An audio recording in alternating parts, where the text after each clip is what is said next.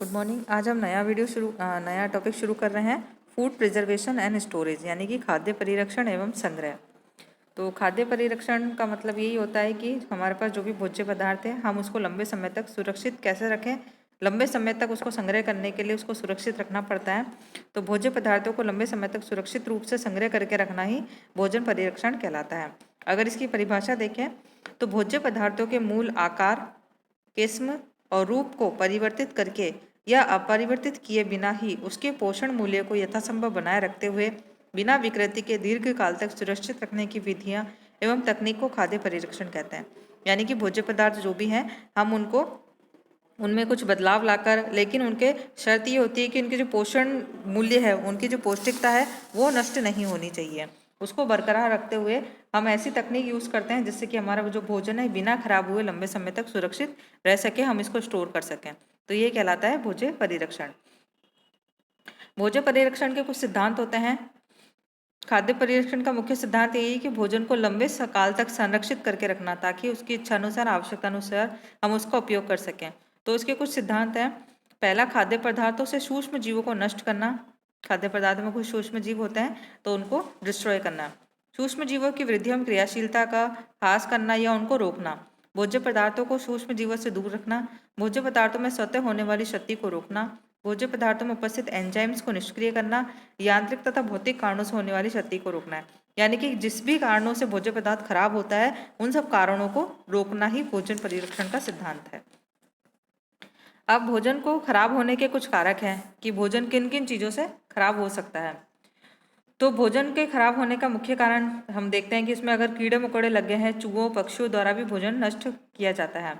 सूक्ष्म जीवों से अपने आप नष्ट हो जाता है। भोजन का अपने आप नष्ट होना, यांत्रिक और भौतिक कारणों से नष्ट होना, भोजन का कीड़े मकोड़े चूहों पक्षियों द्वारा नष्ट होना। जैसे कि हमने देखा है कि जो सूखे दालें, सूखे मेवे, बीज, सब्जियां, फल जो होते हैं उसमें कीड़े लग जाते हैं और जिसकी वजह से वो खराब होने लगता है।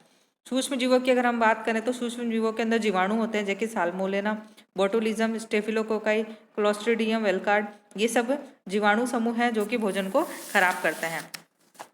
जैसे कि बोटुलिज्म जो समूह है, बैक्टीरिया होता है, ये जीवाणु बदबूदार गैस उत्पन्न करते हैं जिससे कैटनिंग और बॉटलिंग प्रक्रिया द्वारा संरक्षित भोज्य पदार्थों को विषाक्त व जहरीला बनाते हैं।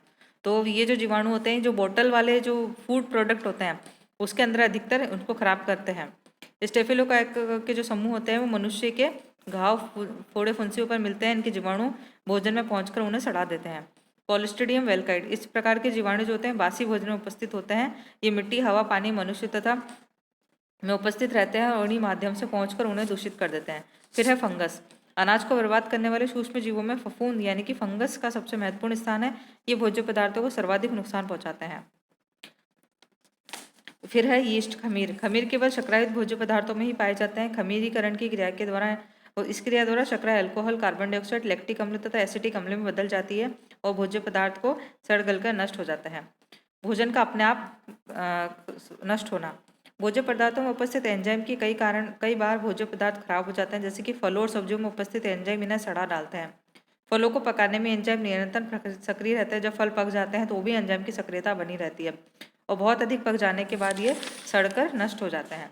एंजाइम के कारण ही प्राकृतिक प्रक्रिया में त्वरिता उत्पन्न हो जाती है। गर्मी की उपस्थिति में तो एंजाइम की क्रिया तेजी से बढ़ती है जिससे भोज्य पदार्थ गर्मी में जल्दी सड़ जाते हैं।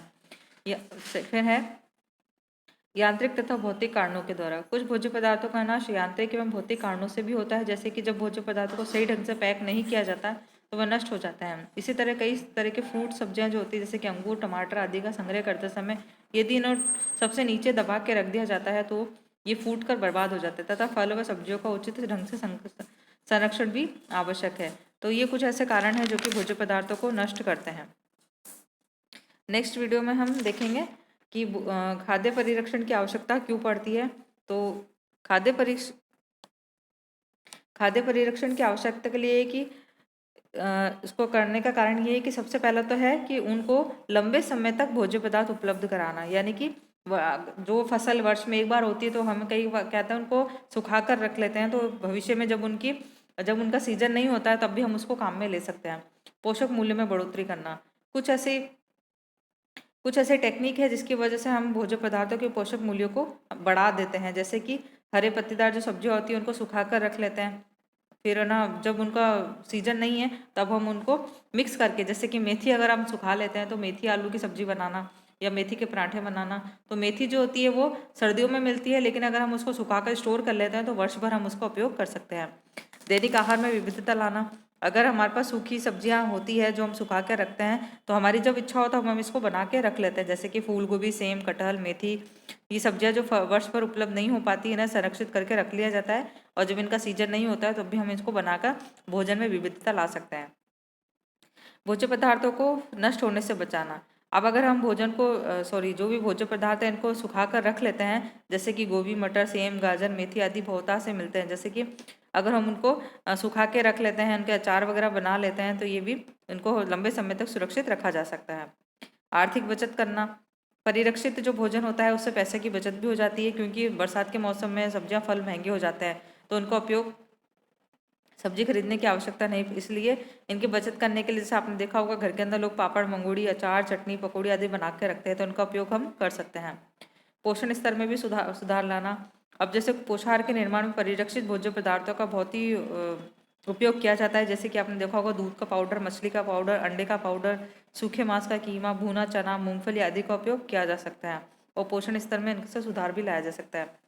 आपातकाल की स्थिति में भी ये जो पैकेट वाले भोजन पदार्थ होते हैं वो बहुत ही लाभदायक होते हैं। यात्रा के समय भी परिरक्षित भोज्य पदार्थों का उपयोग लंबी यात्रा, पर्वतारोहण, प्रवास आदि के समय किया जा सकता है। शिविर आदि में भी इसका उपयोग कर सकते हैं। भोज्य पदार्थों को सभी लोगों तक पहुंचाना, जब भोज्य पदार्थों को परिरक्षित कर लेते हैं तो इनको पैकिंग करके हम दूसरी जगह तक भी लोगों को आसानी से पहुंचा सकते हैं। इसमें रोजगार के अवसर भी प्राप्त होते हैं, जैसे कि खाद्य परिरक्षण का प्रशिक्षण दिया जाता है, जिससे कि वो अपना व्यवसाय बनाकर भी रोजगार का अवसर उनको मिल जाता है। इसके अलावा समय और धन की बचत भी होती है, भोजन को रुचिकर और स्वादिष्ट भी बनाया जा सकता है। तो ये है खाद्य परिरक्षण की आवश्यकता।